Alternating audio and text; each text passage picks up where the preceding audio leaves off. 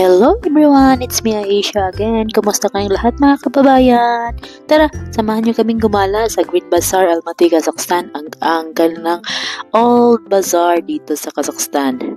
At ayun, may bisita kasi kami galing New Zealand, ang jowa ng kaibigan ko at gusto niya bumili ng mga souvenirs na ipamimigay niya daw sa New Zealand pagbalik niya.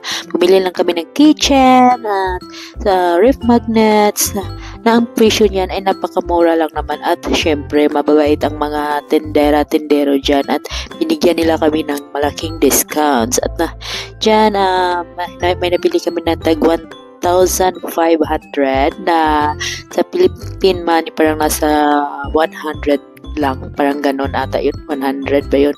Oo. At yun, marami kami nabili dyan at pagkatapos namin dun sa souvenir shop na yun, naglakad-lakad lang kami at may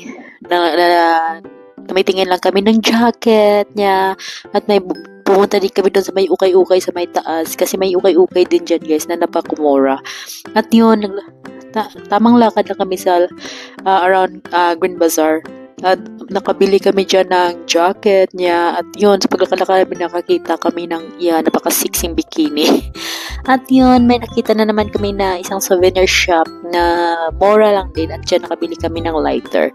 After nun, umuwi na sila at ako ay pumunta ng Krispy Kreme at nakipag-date sa sarili ko.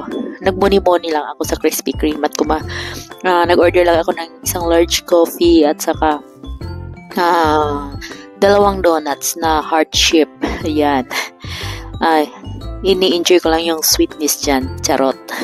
Dyan ay, alam mo ba guys, na dyan ay magbabayad tayo by QR lang. No need to cash. At ayun, pagkatapos nun, pumunta lang ako ng Magnum at bumili ng sa some groceries ko for a week because every week akong bumibili. And after nyan, minit ko yung isang friend ko at kumain lang kami sa may Inway Hill sa may Miga. Yun, umorder lang kami ng coffee, sweets, at saka mga pang dinner namin. Kasi wala pa kaming kain dyan eh. Ayun, naiinggit siya dyan sa may likod niya. Iwan ko kung naiinggit or naiinis. Ang sabi niya dyan, pag mawala ang pera ko dito, kayo talaga yung pag-aanuhin ko. Maraming salamat guys. Spasibo.